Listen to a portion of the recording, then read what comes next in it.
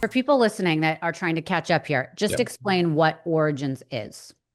Yes. So Origins is a regenerative medical and research institute. So we strive to give people a better life through the utilization of biologics, and we do it in a luxury setting. So the idea is we know the potential that our bodies have, and they're underutilized. There are too many things that happen with an individual that then a prescription is written for.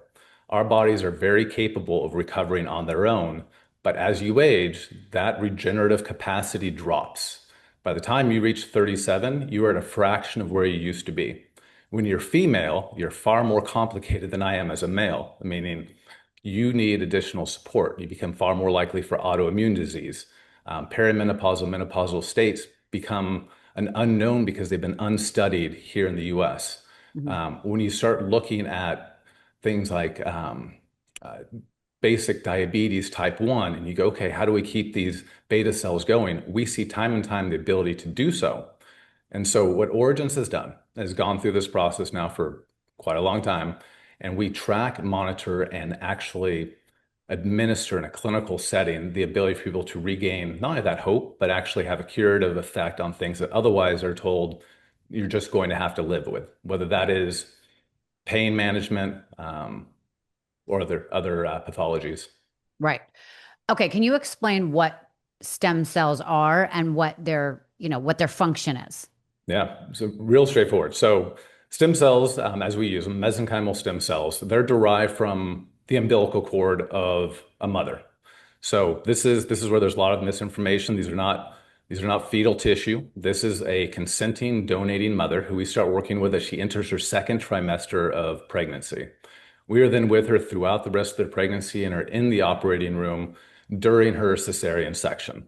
At that point, our physicians, we have OBGYNs on staff, collect the umbilical cord. It's at the associated hospital to us, which is a Johns Hopkins affiliate hospital as well.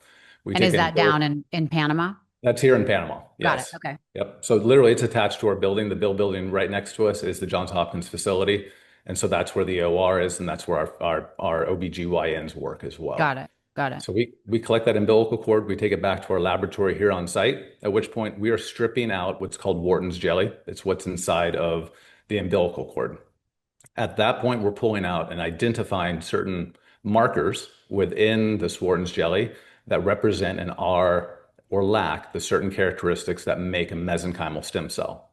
Those mesenchymal stem cells are what has created the baby. So for the last 9 months, they had the blueprint. So they are the general foreman in the baby making process. We're Mhm. saying, okay, does this baby have 5 fingers on the left hand, 5 fingers on the right hand, toes, nose, pulmonary? All of those things are all being run by this mesenchymal stem cell team. So we're taking those, replicating those in mass through our proprietary media and growth. And all we're doing is ensuring the purity. So we make sure there are no pollutants. We make sure you're at 98, 99% purity, the efficacy of them, their viability. So we get these living biologics that are programmed to support new growth. And then we introduce those to a person who has some sort of issue, whether it's anti-aging, acute injury. And in doing so, they're universal. They enter your body and they start looking for anything that is amiss because they adapt to your body and they start looking. They go, okay, Rachel has soreness in the shoulder. There's inflammation. We're going to wipe out that inflammation. We see that there's a micro tear here in the knee. We're going to go down. We're going to start repairing that. But they're not just repairing it, they're taking up a new home and they Mhm. start to express what are called exosomes. And those exosomes are a protein that actually are messengers that teach your own cells how to repair themselves again, as though you were a newborn. It's the same reason why, as you get older and you have an extra glass of wine, you feel it a whole lot more than you did when you were 19 or Mhm. 21. It's why when you trip and fall and you're young, you scratch and it heals very quickly. It's because you have this regenerative capacity still. We lose that. And so we've done several studies in conjunction with a number of universities showcasing that dip at 37 years old and at 65 years old. And Right. so that's where the anti-aging component of this has become such a major piece of who we deal with. Just quick question on the side of something you were talking about that you Yeah. have these women that are donating as they're having a C-section. how are you finding these women? Is this something that when they're part of the hospital, it's something they're asked and they donate? I remember, so my daughter's 13 and a half now. I gave birth in San Francisco at a teaching hospital at UCSF, and they're very into stuff like that. They asked me if I wanted to make my placenta into capsules to eat, which I thought was horrifying and I didn't understand it.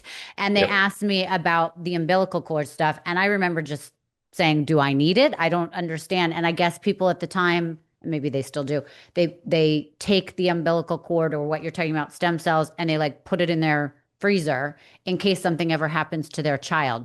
What am I talking about? Like, is this something similar? Does that actually work? Do you know what I'm talking about? And I do. I do. You're talking about an umbilical cord blood banking. Yes. So, yes, um, very different than what we do. There's some value to it.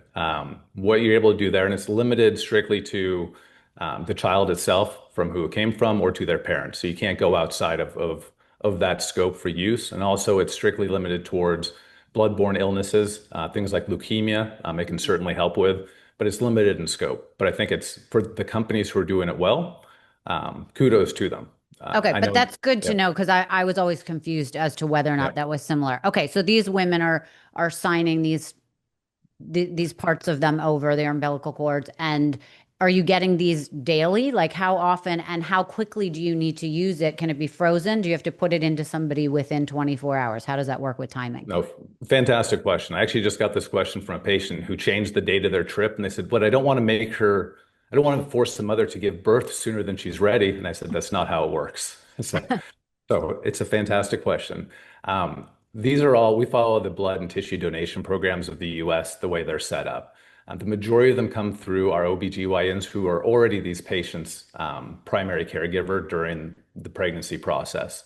So we have the discussion and the donation is made to us.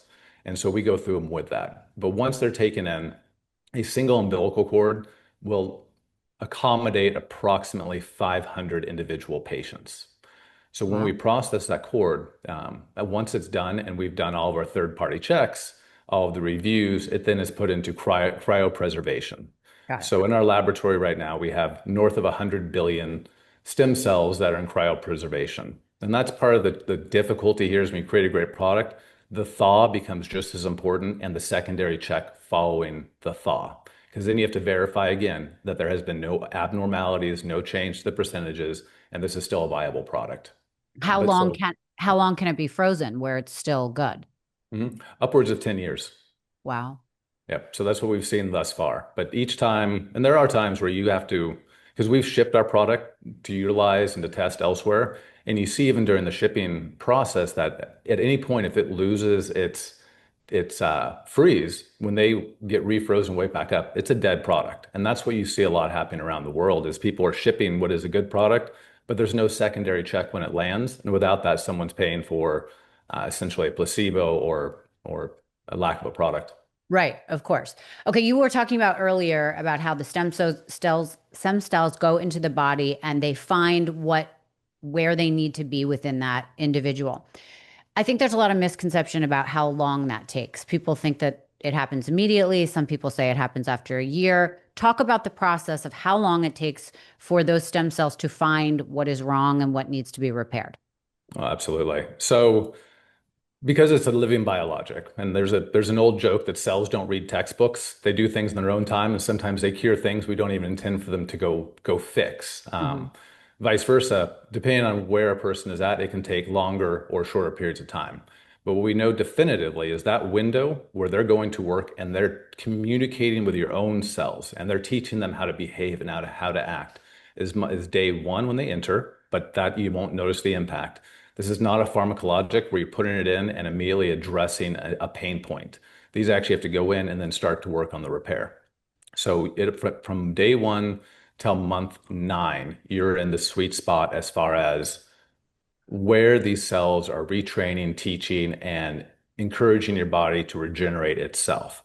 Hmm. So we've seen recently, we just had a gentleman came in who has significant pain. Within 48 hours, because of the type of pain he had, because of where we were able to administer this, and we actually went directly into the site, within 48 hours, he felt the difference. Other patients, I had another gentleman who took 6 months before he called me, And he says, like a light switch just was flipped. He goes, I'd given up hope. And I always say, don't give up hope. It takes different for each person. And he's come back again since and goes, I'm making this a part of my yearly journey. But it was 6 months before all the damage. Now, this is a man who had tremendous success very early on in life and then made the very most of that success for the following 30 years. He had a lot of work to go through. And Mm. so once he made that change for healthy living to repair himself, it took 6 months for us to get him back to a baseline. But that baseline was such a huge leap in how he felt, how he could move, how he could behave, even how he slept, um, that he's now become a very loyal patient. That being said, that was a solid 6 months before he noticed that. So the hardest part is you come down here, you have a great trip, you go home and you twiddle your fingers and you go, I don't feel any different. Mhm. And that's where we say you have to be patient. Those that wear biometrics monitoring, you see your VO2 max go up, you see everything improve internally, but that outward piece where day to day, you may not notice it for the first month or the first 90 days. But internally, your body is noticing a difference and it will impact you long term.